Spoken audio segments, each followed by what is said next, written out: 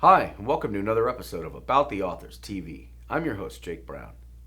Laney Katz Becker writes the sort of real feeling fiction that can blur the lines for the reader in the best way. As Publishers Weekly admired and are doing so in the course of writing her first novel, Dear Stranger, Dearest Friend, where the agonizing route of cancer diagnosis and treatment so painstakingly documented that it seems the author, a survivor herself, conceived the novel, at least in part, as a primer for other women confronting the diagnosis.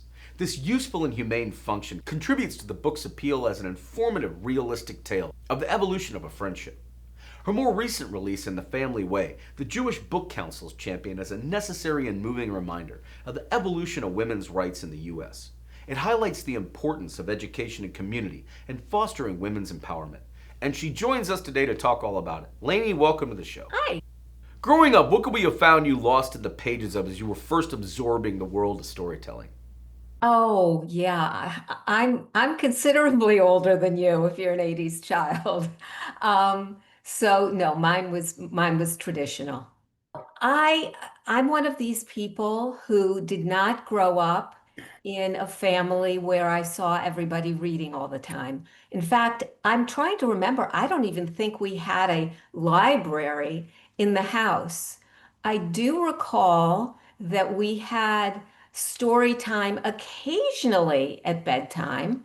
And I also recall my father used to make up stories, and he always called them Cadillac stories. And they always involved us girls, he had three of us, in some peril in a Cadillac where the other sister had to come to the rescue. Why they were Cadillacs? I don't know, but I think he was trying to teach us about being good sisters to each other. Did you ever have dreams of writing professionally when you came of age? I was raised in the 60s and 70s, early 70s. And I think a lot of this inspired my novel because I was raised in a house and we lived in the Midwest, where girls were not really encouraged to do anything. The expectation, I think, was that I would grow up and get married and be a mother just as my mother had done. Although my mother did not go to college, she married at 18, right after high school, and I did go to college. And this was something she just didn't understand. And I do recall times saying to her on a Saturday night, for instance, I'm headed over to the library. I'm sorry to cut this call short, but I gotta go. And she was very, very concerned about this because in her mind, a girl should not be going to the library on a Saturday night. She should be going out on a date. Now, we're all lucky to count special teachers along the way to the first published book who made us believe that we had the potential to even do so. Who do you remember as anyone that represented that sort of encouragement for you? The most influential teacher in my life was, his name is George Bang, and he was the speech coach. We had a forensic team at our high school, and he was fabulous. Everybody, we called him Uncle George, and everybody loved him. And I competed in a category called original oratory, where I had to write an original speech and then give it week after week after week after week, in competitions throughout the state of Ohio. And I think that was the first time I really remember thinking, gosh, I can do this and I'm good at it. And my junior year, I won the state competition. And as a result of that, that work was published for then other students to do in later years under the category, obviously not of original oratory, because it was my original work, but under the category of oratory. And so that was the first time I was published. As far as my reading background goes, um, I don't know that I was a voracious reader, even through high school. I do recall that we had a great high school and we read a lot of the classics. And I remember loving Of Mice and Men, Flowers for Algernon, some Hemingway, Fitzgerald. But I really loved stories and I loved characters so, so much. And then, And then I went to college. And as so often happens, you get closed out of whatever it is you think you're going to take. And by the time I was able to register for the mandatory English class, the only thing left was a course called Women Taken in Adultery. I was just mortified even by the title. Um, but I had to sign up because I had to take it. And in that class, we read the classics of women who were taken in adultery. This is where I read The Scarlet Letter and Madame Bovary and Anna Karenina. And I think that did it for me. That just ignited my love of reading. And I think that's when I mean, it's crazy because I read over 100 books a year now, but my path to being a reader really took a long time. So let's introduce readers who haven't met her yet to freelance copywriter Laura Cohen of Armonk, New York, and Susan Peterson of Canton, Ohio, who meet online via a cancer information message board and begin exchanging emails. We'd love if you talk about how you wove their powerful bond thereafter, as the characters, both wives and mothers, face the difficult challenges of breast cancer. Susan, the veteran, provides comfort and information to Laura, a recently diagnosed patient. The library journal shared amid their assessment that you successfully capture the fear and horror that Laura feels upon discovery of a lump in her breast and her subsequent efforts to find the right doctor and treatment. The author's real-life experience in this area brings an eerie reality to her information-packed story. It even concludes with a list of resources for breast cancer information. Please talk to any degree you feel comfortable of setting art free to imitate life here in Dear Stranger, Dearest Friend. You know, that book was written many, many years ago. And I think that my reading absolutely informed it. But more than my reading, I think my background, I went to Northwestern. I studied theater, which you wouldn't necessarily think would translate well for writing. But I think that more so than anything actually did, because we'd be given scenes that we'd have to act out. So I'd have to memorize lines. And you needed to understand the motivation of a character in order to make those lines believable and make them your own. You needed to understand that the words on the page are not necessarily what's really going on, that so much is between the lines, the subtext.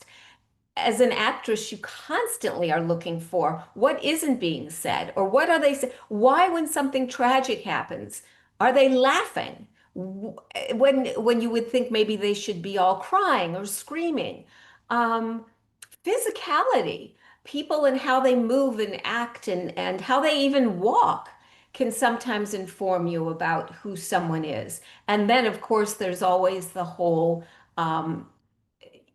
that starting with the Greeks, where you realize subtext was happening, even back then. So I really feel that my theater training was almost better for my writing until I became a literary agent. And after Dear Stranger, Dearest Friend was published, I then actually did a nonfiction anthology of rabbis' favorite stories. I felt it would be really helpful if I could understand the publishing business side of things. Now, you've seen the world of writing and publishing books from a 3D point of view, courtesy of your earlier careers, which the book reporter impressively detailed, to include being an author of the nonfiction anthology Three Times Chai, a collection of rabbis' favorite stories, and working as an award-winning advertising copywriter, freelance journalist, book editor, and for more than a decade as a literary agent. We'd love if you'd reflect on what a unique lens to look at writing through these various views were, and how they helped make you a better author in the sense of all the perspectives you had to look at the craft through in those roles. Clearly, I'd already been published, so in terms of, writing skills, I had some writing skills. However, working as a literary agent taught me, first of all, I did learn a bit about what editors are looking for and how important it is not just to grab them right away because they are overworked and they have a million submissions and they're not going to wade through 50, 100 pages before things like pick up and get better. And so that sort of impatience that they have to have, that's sort of built into their job, was something I needed to understand. So, so I not when I did take on clients, if I felt the first 50 pages were not strong enough to hook an editor, if I felt that the hook, even the way the pitch, the way it was pitched to me, really wasn't working, I spent a lot of time figuring out, what's the elevator pitch? What's the thing that when I hang up talking to the editor and say, hey, I've got a great project for you, it's about blah, she is gonna feel like, wow, I can't wait to read that. And then because I was a writer, I think I was probably harder on my authors than other agents who maybe didn't have the same writing skills I did. And I would always put my authors through first the big picture edit. Then I would do the smaller and then finally a line edit and sometimes even another line edit. I would get as much from them as I could before even submitting because because you only really get that one shot. It was the greatest compliment when one of my authors said to me at one point something about the Laney Katz Becker masterclass. And I said, "Oh, really?" But what was really wonderful is when my authors would come back to me, after I would sell their project and they'd have an editor and they'd work with the editor and they'd get those notes back and invariably would come back to me and be like, they didn't hardly ask me to do anything compared to what you asked me to do. And I was like, yes, and that's why, because we went through it so carefully. And I always tried to, whether an editor was actually going to be able to offer on a project, I wanted them to know that if I was submitting something to them, it may not be right, or they may have bought something similar, a couple months or couple of years before, and they don't want to visit that, or maybe it's a conflict with something another editor has already got acquired for the house. But they know if I'm sending them something, whatever it is, it's not going to be like crap. And that was good. That was a win.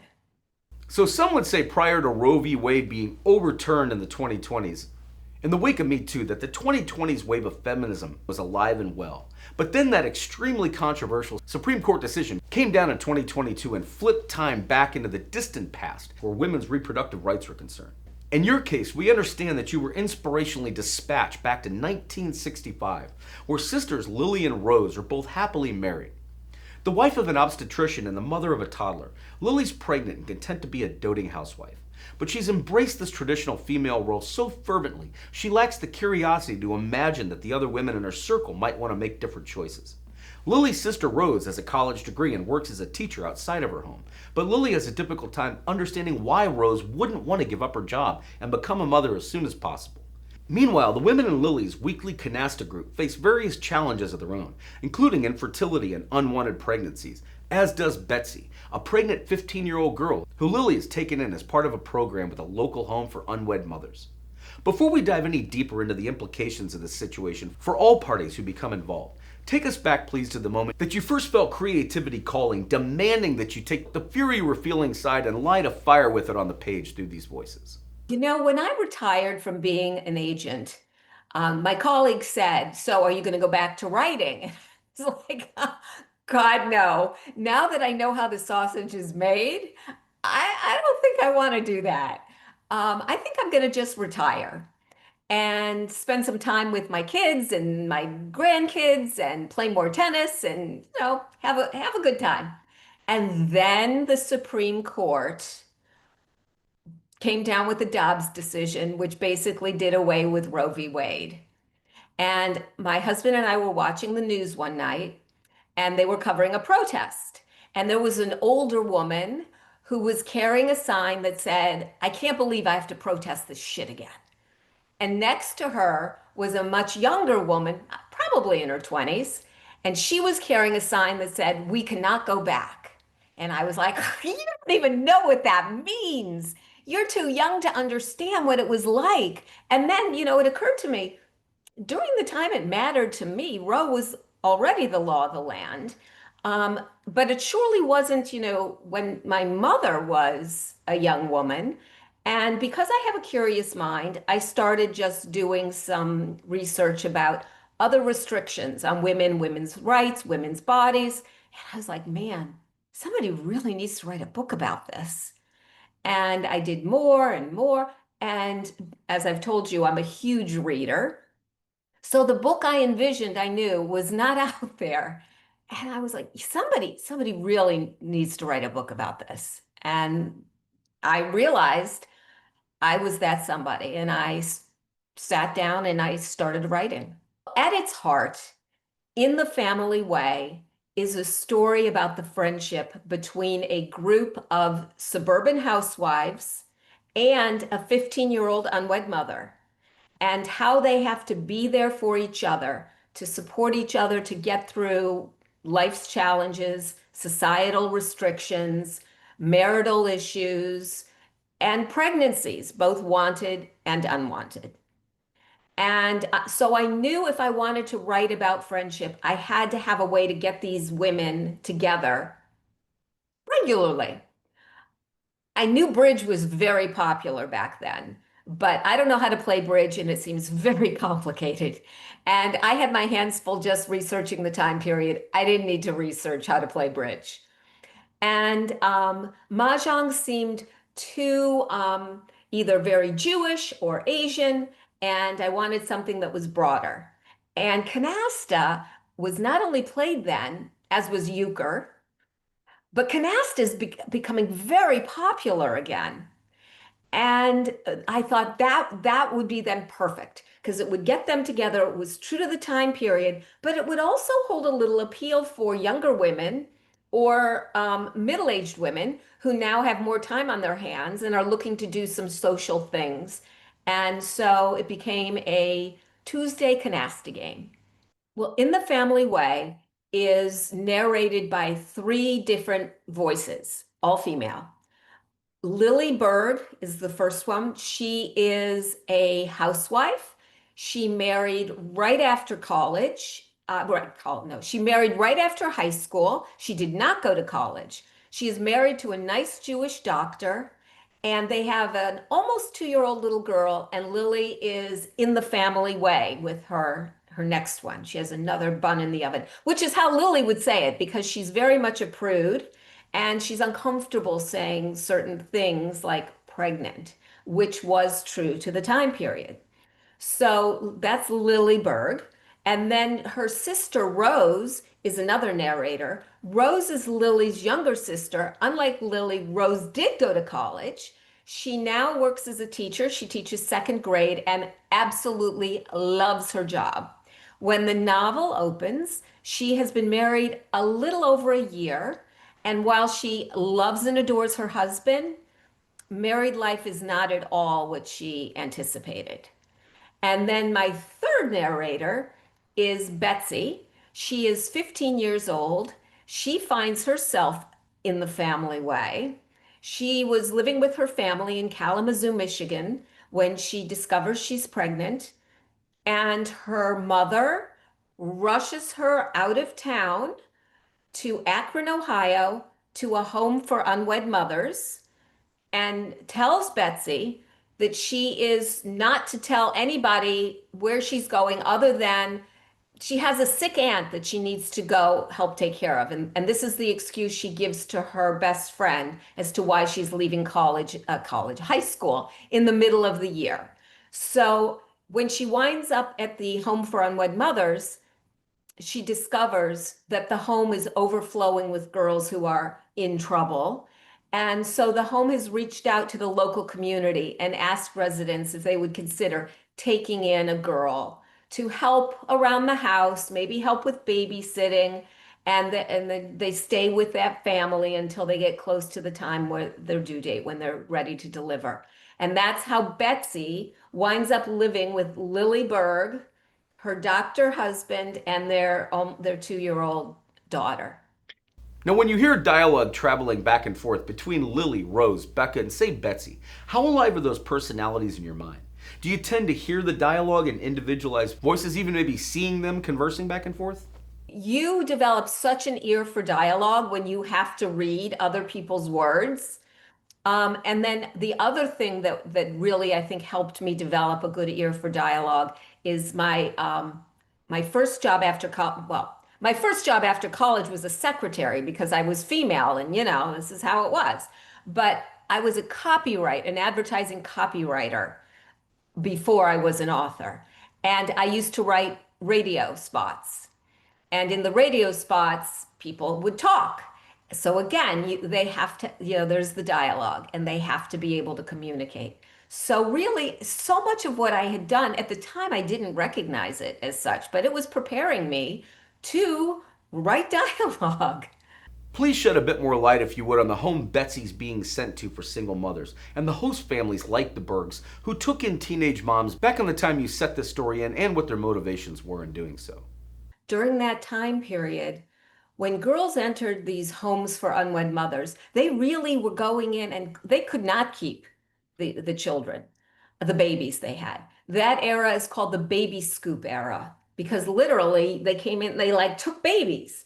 And they were adopted by nice families. It was all, closed adoption. You didn't know anything about it.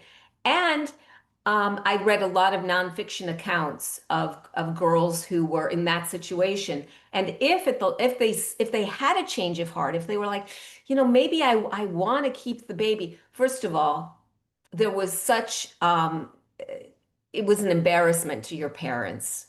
And we just had the war, and you've got the middle class that's firmly established. The last thing these people new to the middle class want is a daughter who's going to bring this kind of scorn. Also, there's the money issue. They use that against these girls. How are you going to support this baby? You couldn't go to school when you were pregnant, so you don't have an education, you don't have a job.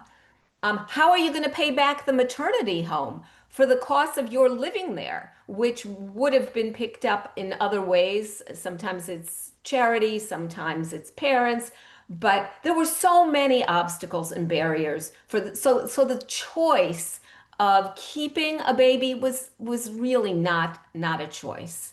And it's very interesting that today, when you talk about abortion in particular, you often it's viewed as a selfish thing that you're doing because you don't want to have a baby for whatever reason, fill in the blank.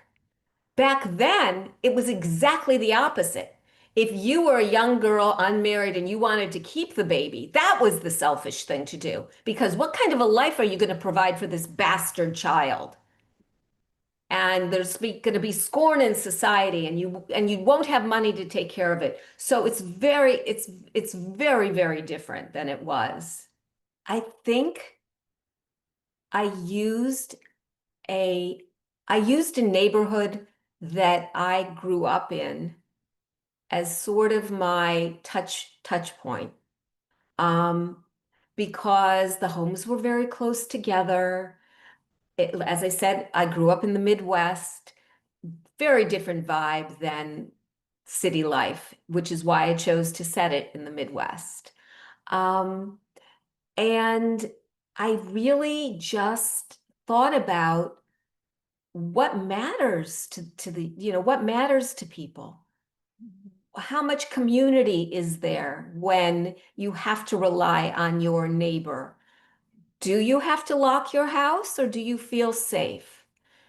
Do you, is your life an open book or are there pretenses that you have to hold because you want to be perceived a certain way to remain part of that middle class?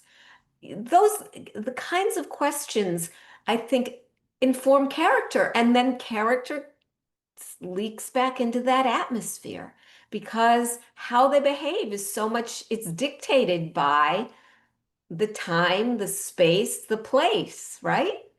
Lily is very prim and proper, and won't even say the word pregnant or pregnancy. This is her mother died of breast cancer, but she would never say that. She would say she had, woman cancer or something.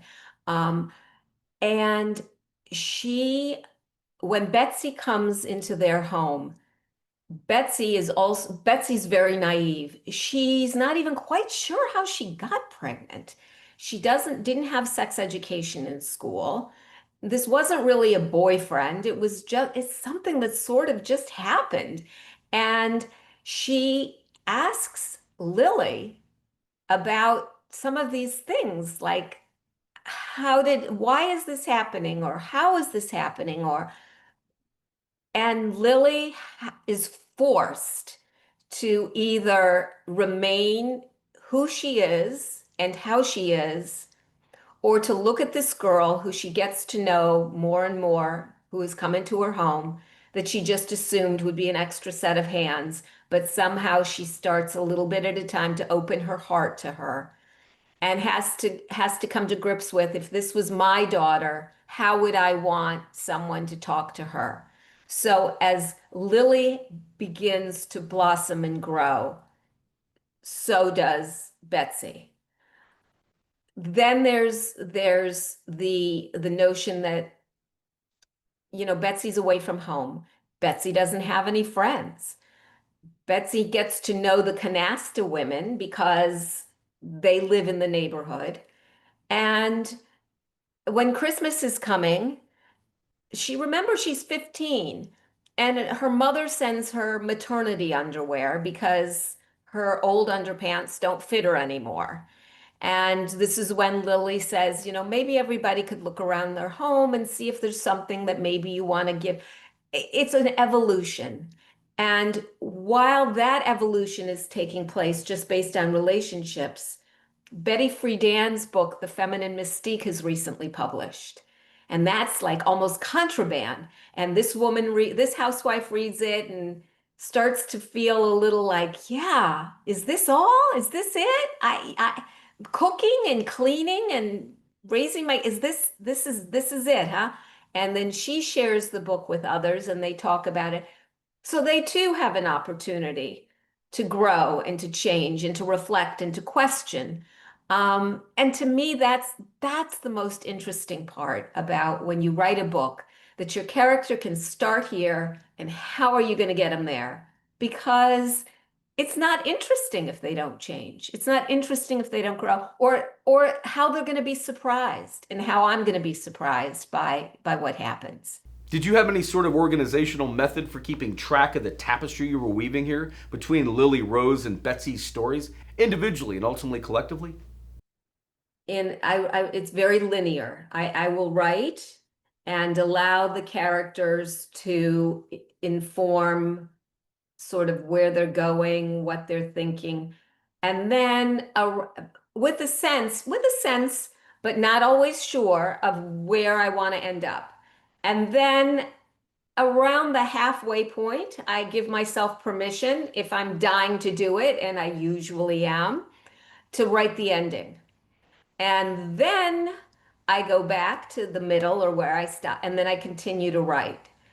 By the time I get to the end, I know these characters so well. I'm talking the end of my first draft. So when I go back to the beginning, I'm immediately seeing things that are inconsistent with how I know Lily so well now. And I've got Lily saying or doing something, and I'm like, oh God, she would never, ever say that.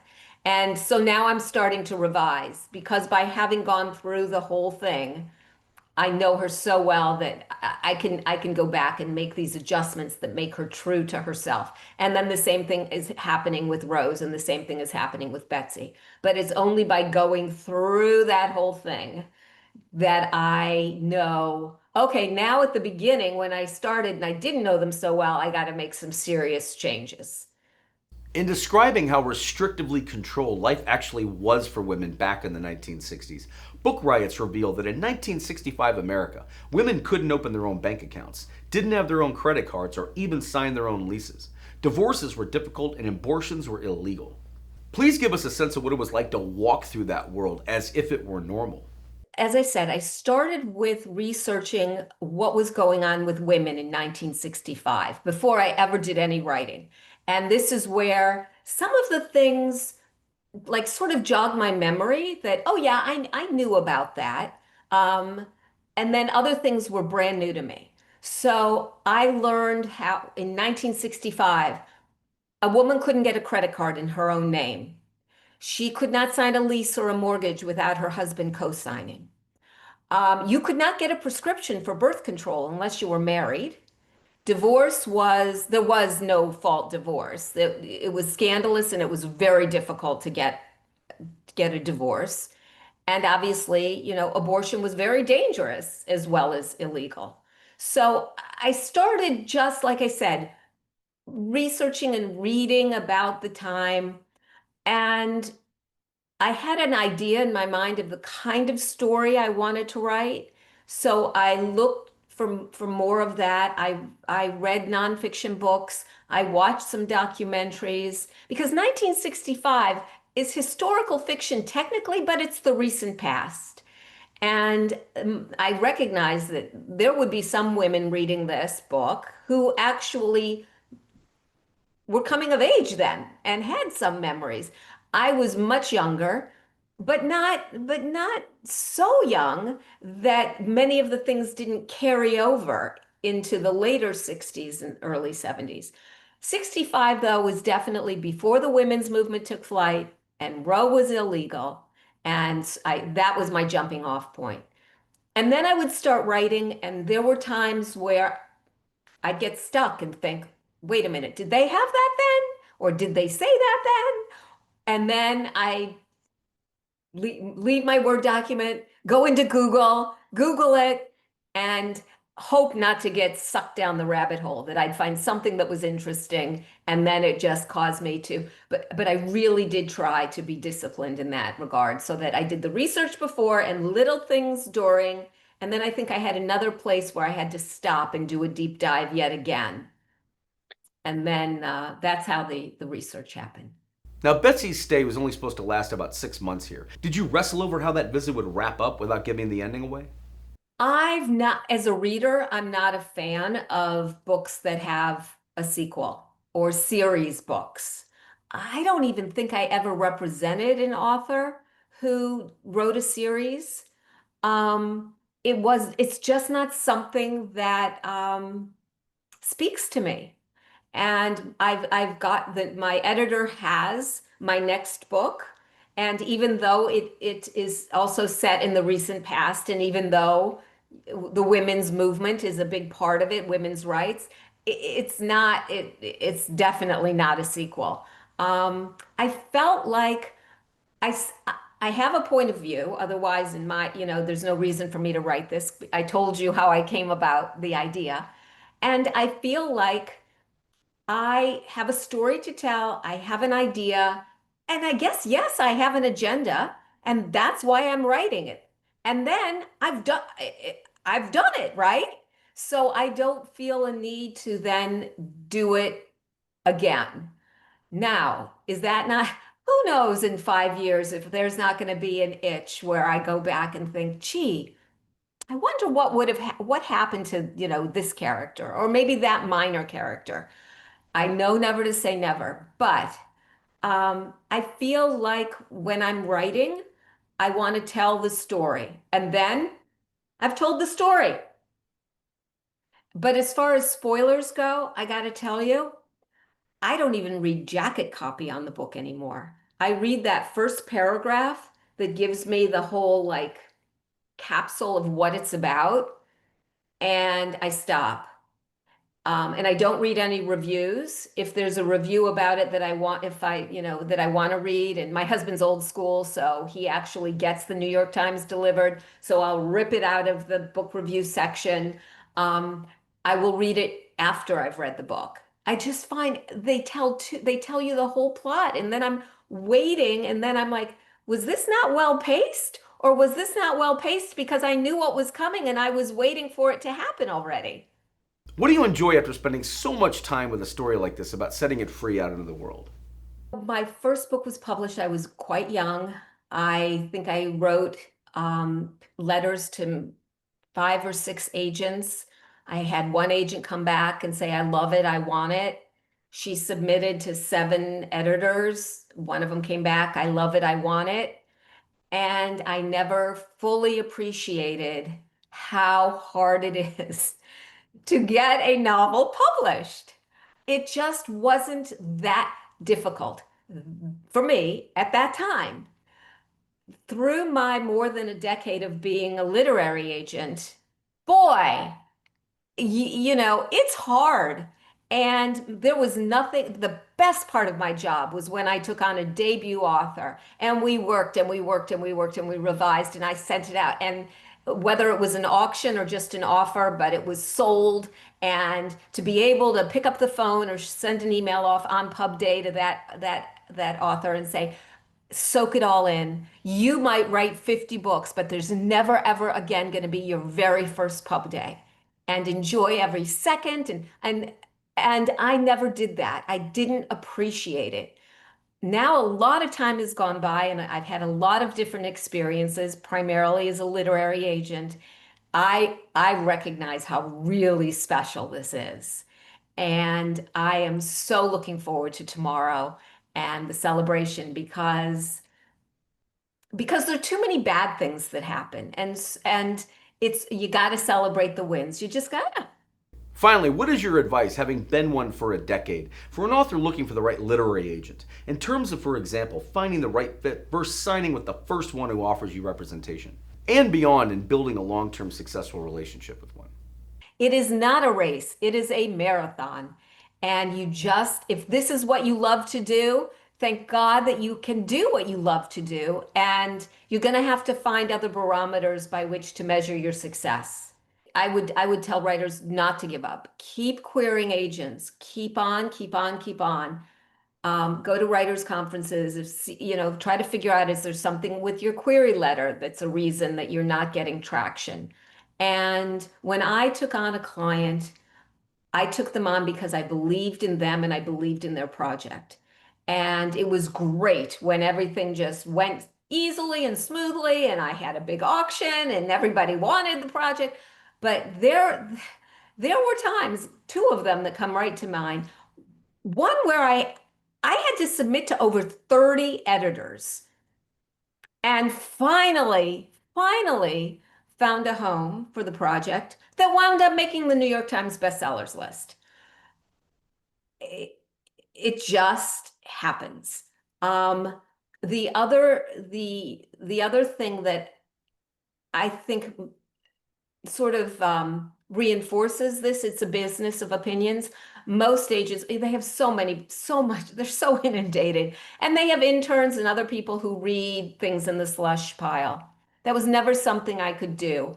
Only I knew if I liked something or didn't like it. Only I knew if what I saw as the flaw that required revision was something I had a vision for and could actually work with my author through, work through it with them.